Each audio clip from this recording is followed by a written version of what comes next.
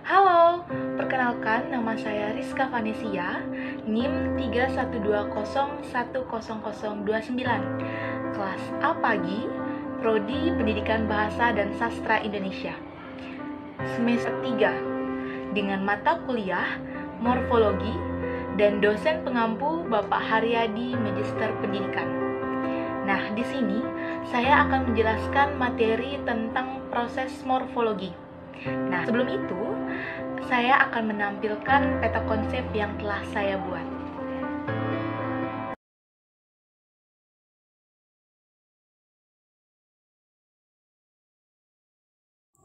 Baiklah, di sini sebelum masuk ke dalam materi, saya akan menampilkan peta konsep tentang proses morfologi. Nah, yang pertama, hakikat proses morfologis. Yang kedua, proses morfologis dan bentuk-bentuknya. Yang ketiga, jenis-jenis proses morfologis. Dan yang terakhir, afiksasi.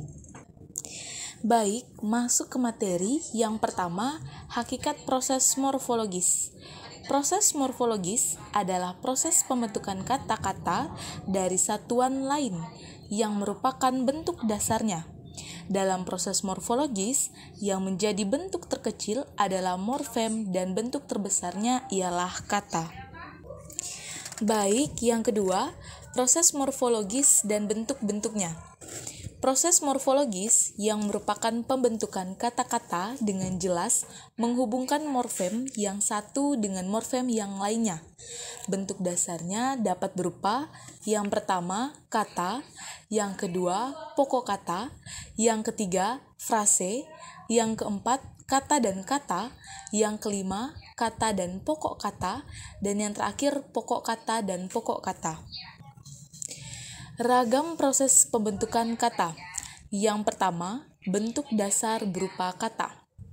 Kata terpandai menjadi bentuk dasar berupa kata pandai. Kata anak-anak, bentuk dasar berupa kata anak.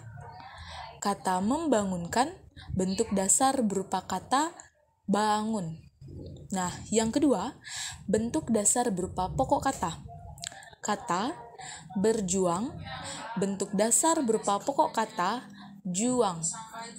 Kata bertemu, bentuk dasar berupa pokok kata temu. Nah, yang ketiga, bentuk dasar berupa frase. Kata ketidakadilan, bentuk dasar berupa frase tidak adil. Kata ketidaktahuan, bentuk dasar berupa frase tidak tahu. Nah, yang keempat, bentuk dasar terdiri atas kata dan kata. Kata rumah sakit, bentuk dasar berupa kata dan kata rumah dan sakit. Kata meja makan, bentuk dasar berupa kata dan kata meja dan makan. Nah, yang kelima, bentuk dasar terdiri atas kata dengan pokok kata. Kata pasukan tempur, bentuk kata dan pokok kata pasukan dan tempur. Kata gedung juang, bentuk kata dan pokok kata gedung dan juang. Nah, yang keenam, bentuk dasar terdiri dari pokok kata dengan pokok kata. Kata jual beli, bentuk dasar berupa pokok kata dan pokok kata jual dan beli. Kata lomba lari, bentuk dasar berupa pokok kata dan pokok kata lomba dan lari. Baik, yang selanjutnya jenis-jenis proses morfologis.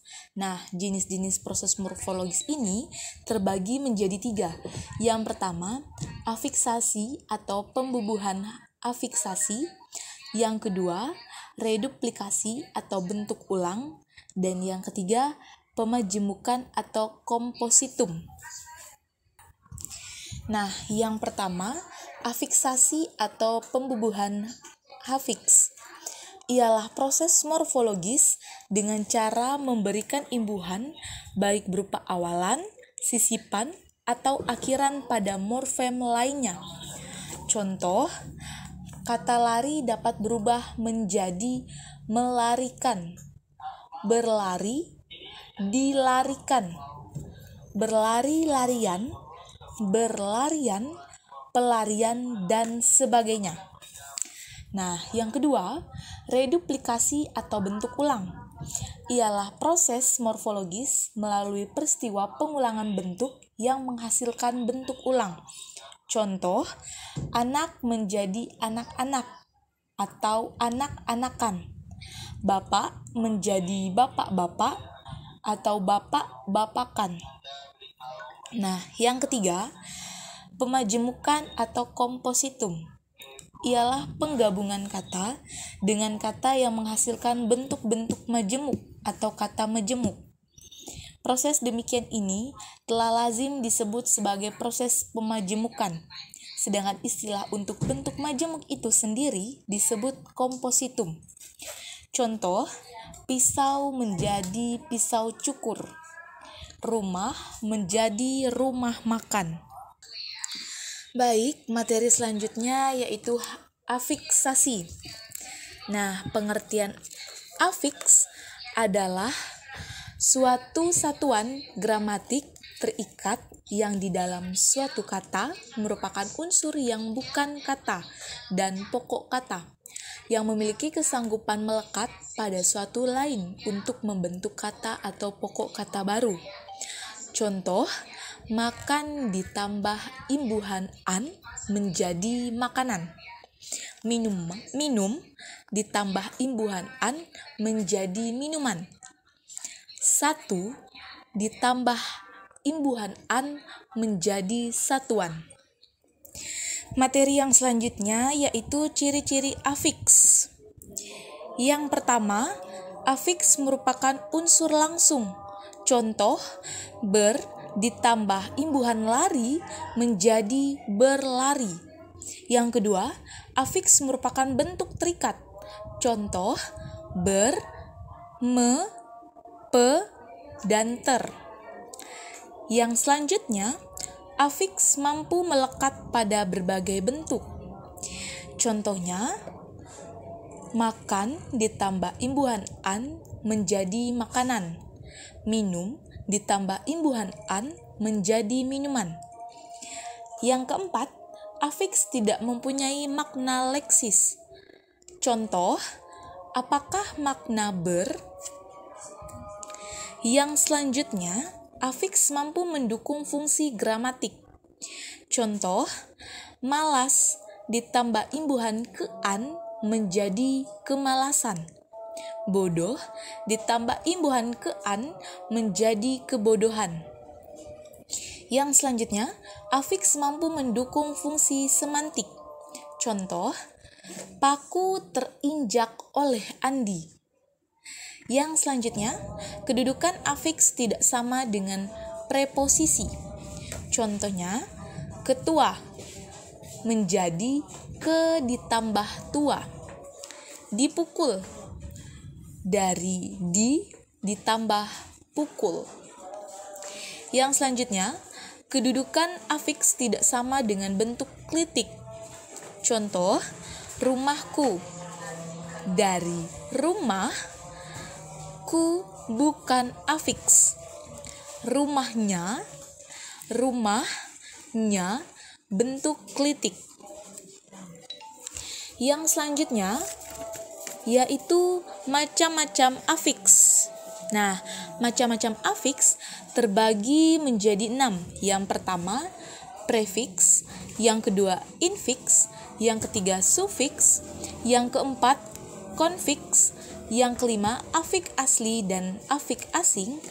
Dan yang terakhir, afik produktif dan afiks improduktif. Nah, yang pertama, prefiks. Prefiks ialah imbuhan yang melekat di depan bentuk dasar atau kata dasar. Prefiks juga disebut imbuhan awal atau lebih lazim disebut awalan.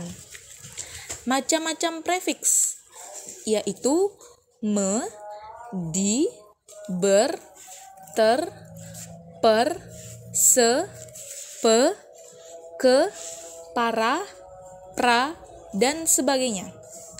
Nah, yang kedua yaitu ada infiks.